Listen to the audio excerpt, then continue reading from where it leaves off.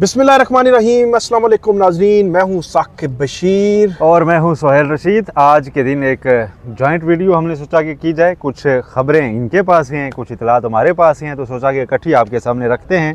आईनी तरमीम जो है वो मंजूर हो चुकी हैं, गज़ट नोटिफिकेशन हो चुका है। हुकूमत ने रात के अंधेरे में पहले सेनेट से पहले फेडरल कैबिनेट का इजलास, फिर सेनेट, फिर कौमी असम्बली, फिर वज़ीर-ए-आज़म के दस्तखत, फिर सदर के दस्तखत और गज़ट नोटिफिकेशन हो गया। वैसे साकिब साहब, ये जो जिस तरतीब से आपने जिस स्पीड से चीज़ें बताई हैं ना कि रात से कैसे हुई, कल हिस्ट्री जब लिखी जाएगी आज से 20, 25, 30 साल बाद, जो कोई पढ़ने वाला होगा वो इस तरतीब पर और इस टाइमिंग पर आज कोई सोचे ना सोचे, तब ज़रूर किया जाएगा कि आखिर पार्लियामेंट को ऐसी कौन सी रेस लगी हुई थी कि पूरी रात बैठ के इन्होंने काम किया और सुबह होने से पहले, सूरज निकलने से पहले इन्होंने ये किया। और लाहौर का एक वाक़या सुना करते थे कि मस्जिद शब-बर है, मस्जिद शब-बर, ठीक है, शब-बर, उसमें पूरी रात काम करके उन्होंने बनाया था और रात से ना निकल जाए।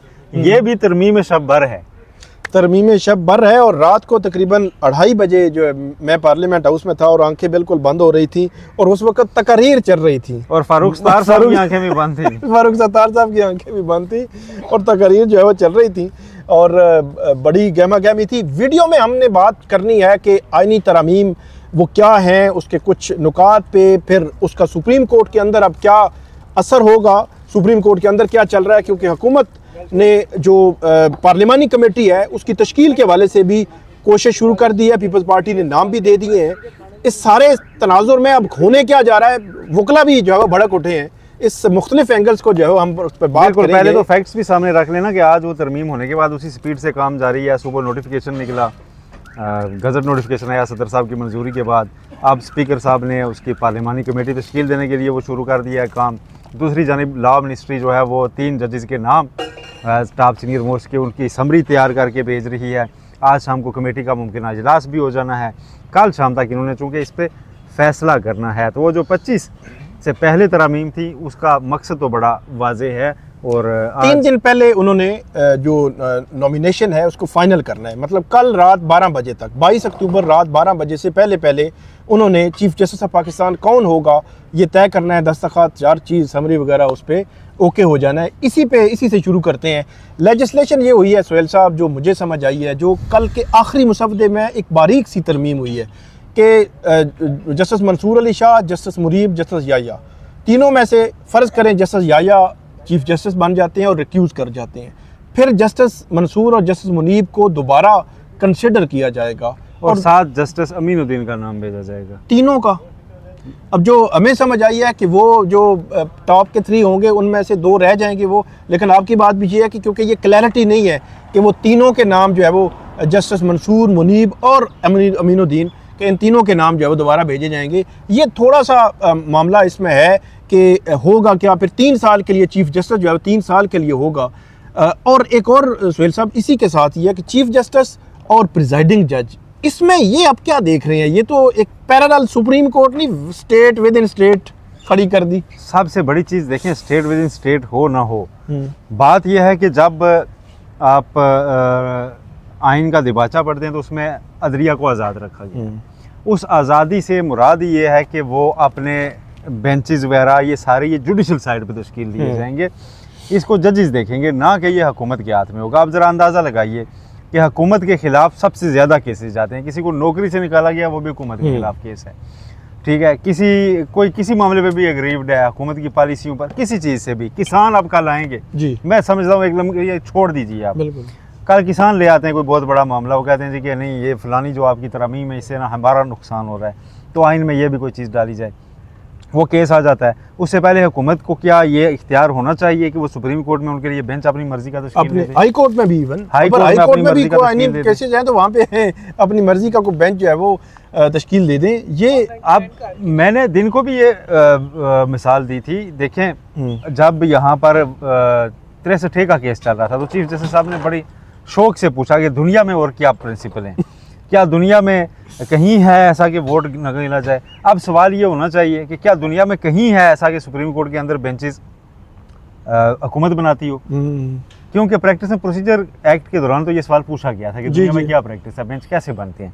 तो बताया ये गया जी कि कई ममालिक, नेपाल का भी उसमें नाम लिया गया था कि वहाँ अदालती साल के आगाज़ पे बैठते हैं जजेस एक साथ और वो तय कर लेते हैं कि बेंच क्या होंगे, फिर कुछ महीनों की बुनियाद पे करते हैं। तो हुकूमत का तो कहीं भी इसमें जिक्र नहीं आता था। और ज़ाहिरी तौर पे एक जज, अगर मैं जज हूँ फ़र्ज़ किया और मैंने जज रहना भी है, मैंने सर्वाइव भी करना है और मैं अगर टॉप 3 में भी चला जाता हूँ, तो क्या मेरे जहन में नहीं होगा कि हुकूमत मुझसे नाराज़ ना हो ताकि कल बिल्कुल मुझे चीफ जस्टिस बनने से कोई रुकावट ना आए। मैंने चीफ जस्टिस बनना है तो लॉबिंग, तो ये अदालत का जो डिज़ाइन है ना वो ये नहीं होता। अदालत को तो आप सियासत क्या रियासत से भी अलग रखते हैं, जी जी, ताकि रियासत के खिलाफ केस भी सुन सके। बिल्कुल बिल्कुल। वो ये जो आपने लॉबिंग की बात की, अब होगा क्या, हाई कोर्ट्स में, सुप्रीम कोर्ट में जो जजेस हैं वो भी तैनातियाँ होनी हैं। फिर जो सुप्रीम कोर्ट के 3 जजेस में से सीजेपी और हाई कोर्ट्स के जजेस, 3 जजेस में से हाई कोर्ट के जो चीफ जस्टिस हैं उनकी तैनातियाँ होंगी। इसका मतलब ये है कि जिस वकील ने जज बनना है वो हुकूमत की आशीर्वाद, और जिस जज ने चीफ जस्टिस बनना है वो ये ज़हन में रखे कि हुकूमत की आशीर्वाद। उसका मतलब ये है कि आपने हुकूमत के हक़ में फ़ैसले करने हैं, हुकूमत को तंग नहीं करना, हुकूमत के मुखालफीन को बहरहाल आपने तंग करना पड़ेगा आपको। ये जस्टिस के बेसिक प्रिंसिपल से डेविएट किया गया। बिल्कुल ठीक है, ये इंसाफ का ये होता ही नहीं है। एक जज को प्रोटेक्शन भी क्यों दी जाती है? जज के ऊपर कोई पुलिस, नैब, FIA क्यों नहीं कार्रवाई करती थी? इसलिए नहीं करती थी, उसके ऊपर सुप्रीम जुडिशल काउंसिल क्यों बिठाई गई थी? बिल्कुल, कि आपकी विद इन आपके उसमें से होंगे लोग जो ये फैसला करेंगे कि आपने रहना है या नहीं रहना, और आप अपना एहतसाब खुद करेंगे। अटॉर्नी जनरल साहब की दलील ही ये थी प्रैक्टिस एंड प्रोसीजर केस में कि जनाब ये देखें, ये तो आपके अंदर ही ये मामला रखा गया है, हम इसे सुप्रीम कोर्ट से बाहर नहीं लेकर गए, हमने आपके अंदर ही एक कमेटी बनाई है, तो अब आप बाहर कैसे ले गए हैं? कि बेंच अगर सुप्रीम कोर्ट के अंदर नहीं बनेगा, सुप्रीम कोर्ट से मुतालिक कानून आइन सारा बनाइए, लेकिन बेंच अगर सुप्रीम कोर्ट के अंदर नहीं बनेगा, इसे आप आइन में डालते हैं, तो फिर बेसिक जो स्ट्रक्चर है जुडिशरी का, जुडिशल सिस्टम का, वो बाकी नहीं रहेगा। अच्छा सुहेल साहब, एक तो सीजेपी जो है उनकी तैनाती होनी है, दूसरी अब हमें जो है वो सिर्फ चीफ जस्टिस तक मामलात नहीं रहे, मतलब मंसूर अली शाह का चीफ जस्टिस बनना ना बनना, बात इससे आगे हो गई है कि अब प्रिजाइडिंग जज के हवाले से ये बात आ रही है कि जस्टिस अमीनुद्दीन खान मॉनिटरिंग जज पे तनकीद करने वालों ने प्रिजाइडिंग जज लगा दिया है। तो वो कमेटी होगी, टॉप के 3 आइनी अदालतों के, आइनी बेंचेस के जो जजेस होंगे टॉप 3, वो सीनियरिटी, पैरेलल सीनियरिटी चलेगी। मुझे ये बताएं कि justice Aminuddin Khan court conduct करते हैं, मैंने तो उनको 1-2 दफ़ा देखा है कि जो मिलिट्री कोर्ट्स वाले केस में वो हेड कर रहे थे, मेरे ख्याल 7 वो आईनी मामला है ना, उसको उन्होंने निपटाया 1.5 साल से, उसको नहीं निपटाया भी नहीं, हेड कर रहे थे, उनसे वो बेंच हैंडल नहीं हो रहा था। आपकी क्या ऑब्जर्वेशन? कार्रवाई नहीं शुरू हो रही थी, कम गो हैं, बात थोड़ी करते हैं, और बस फिर हमारे एक दोस्त कहते हैं कि ऑर्डर्स भी कम ही लिखते हैं, साथ ही किसी जज से बस मुतफिक हो जाते हैं, दस्तखत कर देते हैं। अच्छा। तो वैसे अमीनुद्दीन साहब की सर्विस कितनी रहती है जी? 65 साल कब हो रहे हैं जी वो? हाँ 64 के करीब हैं वो, तो 1 साल उनका रहता है, तो 1 साल। अच्छा, ये मेक शिफ्ट अरेंजमेंट है ना, ये सारी, ये मौजूदा जजेस देखे गए हैं कौन कौन किस पोजीशन पे बैठा हुआ है, और उसके मुताबिक पहले एक ऑर्डिनेंस आ गया प्रैक्टिस प्रोसीजर का, अब आइन में तरमीम आ गई है। ये आइन में तरमीम करने वाले अभी का ये आप इसके काट के ना महफूज रख लें कभी, ये इन आइनी बेंचेस के खिलाफ ना खड़े हुए तो बात कीजिएगा। अच्छा, ये इन आइनी आपने क्या किया है? आप तकरीरें ऐसे कर रहे थे रात को जैसे आपने ना ये कुछ पावर्स जो है ना, नहीं कुछ पावर्स आपने जजी से लेके अपने पास रख लिए, तो भाई फैसले तो जज ही करेंगे ना। बिल्कुल ठीक है, आपका सबसे पहला टेस्ट तो अब शुरू होगा कि इसी कोर्ट के अंदर आपके बनाए हुए आइनी बेंच से आपकी आइनी तरमीम ठहरती है या नहीं। बिल्कुल, ये चैलेंज होगी, ये चैलेंज होगा, चैलेंज होगी, और फिर ये उनके लिए चैलेंज होगा, क्योंकि मौजूदा सुप्रीम कोर्ट के जजेस सारे यार एक एक का चेहरा जहन में ला के सोचें, कितने जजेस होंगे जो ये समझते होंगे कि नहीं जी बड़ी अच्छी तरमीम हुई है, बड़ी अच्छी, जबरदस्त। ठीक है, अच्छा मेरे ख्याल में 3-4, इससे ज्यादा की इससे ज्यादा नहीं हो सकता। अच्छा, वो बेंचेस बनाए जाएंगे, मतलब एक से ज्यादा बेंच हो सकते हैं जी। अच्छा, फिर अब इसमें दूसरी चीजें जो पॉइंट आउट होनी है ना, कोर्ट्स आहिस्ता आहिस्ता चलेंगी। आज तो एक केस में आया था ना, अब तो वो गजट नोटिफिकेशन पहुंचेगा जजेस तक। जी जी जी। जब चीजें पॉइंट आउट होंगी ना डेली हर केस में जी, हर केस में इतनी चीज़ें पॉइंट आउट होंगी कि जी ये केस तो पहले 8 रुकनी बेंच फैसला दे चुका हुआ है, आप मौजूदा तरमीम में इसे बाउंड कर दिया है कि 3 या 5 में ये जाएगा, तो ये तो पहले बड़ा फैसला है। सबसे पहले आइए मखसूस नशिस्तों का फैसला जी। अब वो 13 रुकनी बेंच है, अब वो आईनी मामला है। अब अगर ये आगे फटा डालते हैं जी कि अब जी आईनी बेंच इस केस में रिव्यू सुनेगा, आप किस असूल के तहत जो पहले फैसला देने वाले 8 जज हैं जिनका फैसला है उनको उसमें से निकाल देंगे बिल्कुल, और वो इतने ज्यादा सुप्रीम कोर्ट में मौजूद हैं, इतने ज्यादा अबहाम बाकी हैं कि ये खाली 23 से 25 या 26 तारीख तक निकालने के लिए नई आयन में तरमीम कर ली गई है।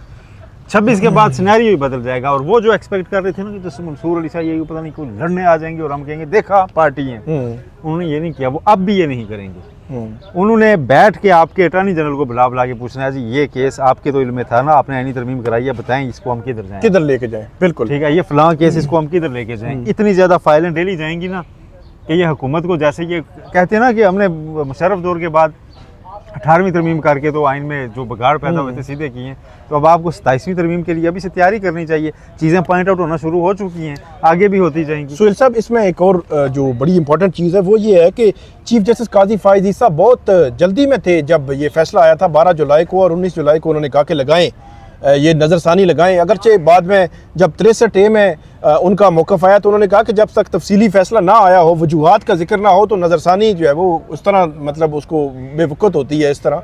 तो 19 जुलाई को जिस नज़रसानी को लगाने की बार बार बात कर रहे थे, 9 सितंबर को जब छुट्टियां ख़त्म हो गई तो 9 सितंबर, 9 अक्टूबर और उसके बाद आज 21 अक्टूबर जब हम ये बात कर रहे हैं तो तकरीबन 40 दिन बनते हैं, 42 दिन बनते हैं। फिर 20 सितंबर से तो वन मैन शो था, 20 सितंबर मतलब आज 21 अक्टूबर है तो एक माह तो वन मैन शो था।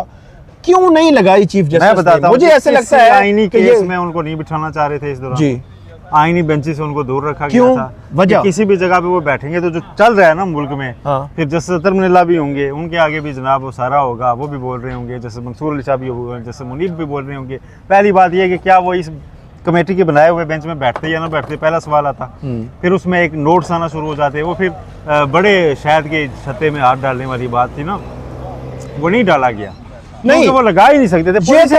ये तो बड़ी अजीब बात हुई कि उन्होंने जो जिस बेंच में वो खुद थे, जिसका तफसीली जो उन्होंने इख्तलाफ किया और उसमें मतलब बेवक़्त किया सुप्रीम कोर्ट को, सुप्रीम कोर्ट का फैसला मखसूस नशिस्तों का उनके दौर में उस पर अमल नहीं हुआ, इलेक्शन कमीशन ने अमल नहीं किया, उन्होंने नज़रसानी भी नहीं लगाई। मुझे तो ये शक पड़ता है ये कहीं ना कहीं जो है वो ये चीज़ थी कि आगे अमेंडमेंट्स आनी है, अमेंडमेंट्स में जो रिव्यू होगा वो जाएगा आईनी बेंचेस के पास, तो इस चीज़ को रहने दिया जाए। सर ये क्लैरिटी नहीं है ना, आप पढ़े ना ड्राफ्ट, रिव्यू कैसे जाएगा आईनी बेंचेस के पास? वो आपको जस्ट एक कोई नोटिफाई कराना पड़ेगा कि यही बेंच अब आईनी बेंच है, ठीक है, क्योंकि आईनी केस सुन रहा है उस केस के लिए स्पेसिफिकली। फिर उसके लिए शायद आपको अलग से लेजिस्लेशन करनी पड़े, क्योंकि 13 रुकनी बेंच का फैसला है। वो 13 में से चीफ जस्टिस साहब रिटायर हो जाएंगे, 12 जजेस यहीं मौजूद हैं, उनमें से 8 अक्सरियती जजेस भी मौजूद हैं। आप कैसे उनसे फाइल उठा के किसी और बेंच को, छोटे बेंच को दे देंगे रिव्यू सुनने के लिए यार? अच्छा सुहेल साहब, आगे बढ़ते हैं। 25 अक्टूबर के बाद ये चैलेंज हो गई है, कोई भी जज है, आईनी जज चले, आईनी बेंचेस का मीनुद्दीन खान को रख लें और चीफ जस्टिस याहिया रख लें, वो चैलेंज होंगी तो वो डेफिनेटली आईनी तरमीम चैलेंज हो रही हैं तो वो फुल कोर्ट के सामने ही जानी चाहिए।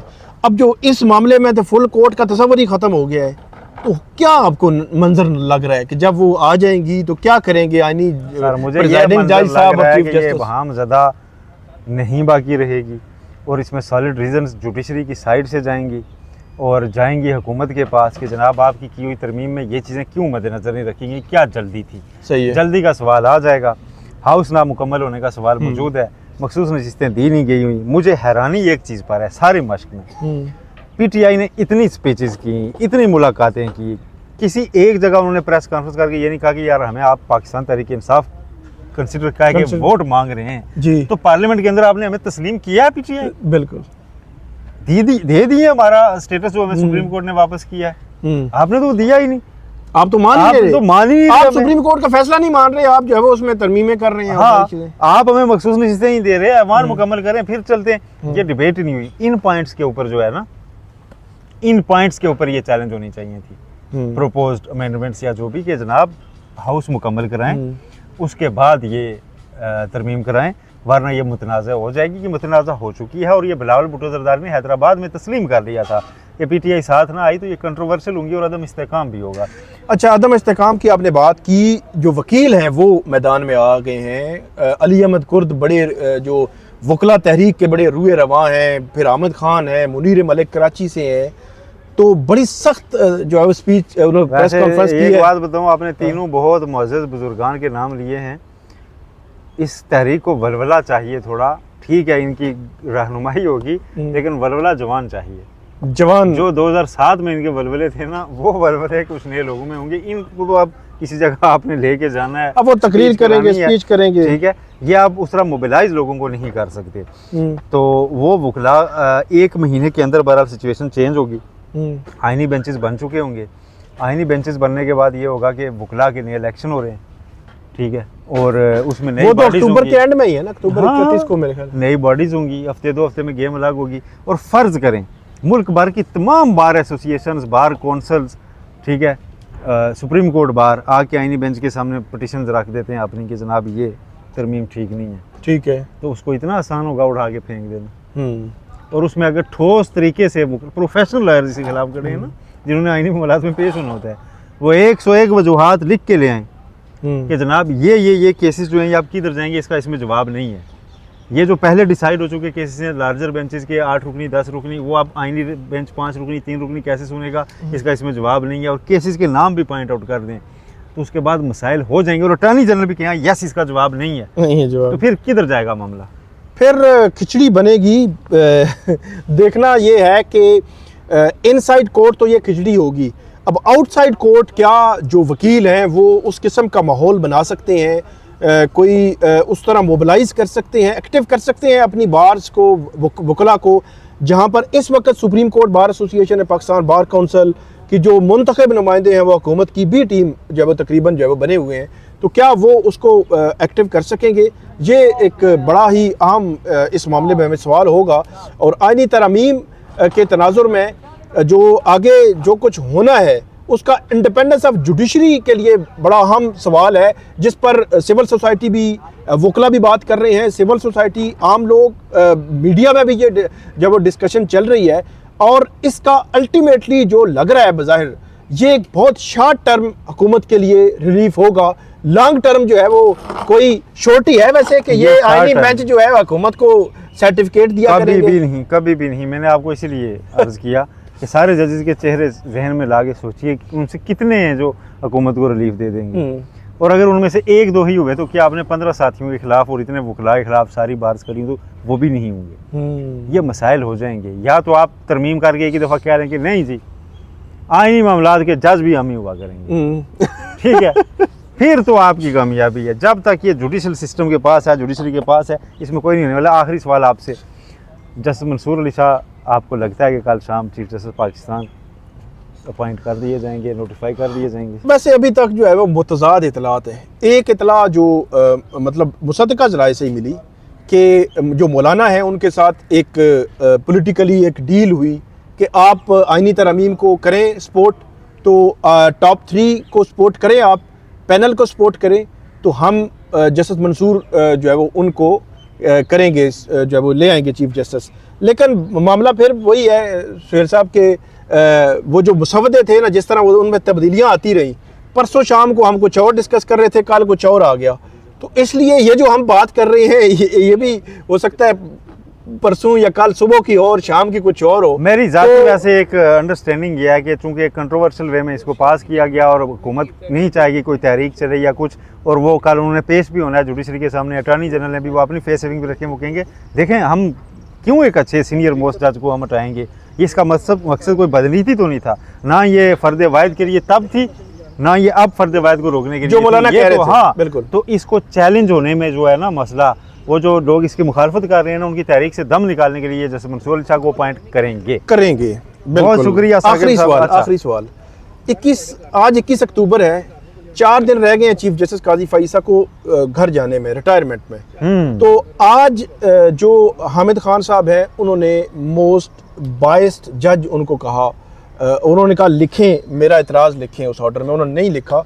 लेकिन मैं ये कह रहा हूँ कि एक जाने वाला जज जिसने पूरी ज़िंदगी पहले वकील रहा 15-20 साल, फिर बलूचिस्तान हाई कोर्ट के चीफ जस्टिस, फिर सुप्रीम कोर्ट के चीफ जस्टिस, फिर एक ऐसा बंदा जिसने माजी में जब उन पे मुश्किल वक्त आया उनके साथ खड़ा था, तो उसको रिटायरमेंट से पहले उनके मुंह पर ये कहना पड़ा। उन्होंने कहा कि नहीं मैं ये बात नहीं करना चाहता, लेकिन उन्होंने कहा नहीं बोले आप। बोले क्योंकि चीफ साहब का मुंह पे बात सुनने की आदत हो चुकी है। इसको आप कैसे देखते हैं यार, इस नहज पे मामलात क्यों आए, क्यों नहज पे ये मामला चीफ जस्टिस काजी फायद ईसा की वजह से आए हैं कि जस्टिस फायद ईसा जो है ना उनका रोल कहीं खो गया है। अच्छा, तो ये बस मुख्तसर यही है कि इस वजह से ये आए हैं, और ये अफसोसनाक है कि इस तरह की बात हुई। और दूसरी बात जो मैं एक बड़ी कल से कर रहा हूँ कि देखें, चीफ जस्टिस काजी फायद ईसा के बारे में ये कहा जाता था कि ये पीटीआई को जो है ना उनके बारे में इनका माइंड है कि ये ठीक लोग नहीं हैं, ठीक है, और उनके खिलाफ फैसले करते थे।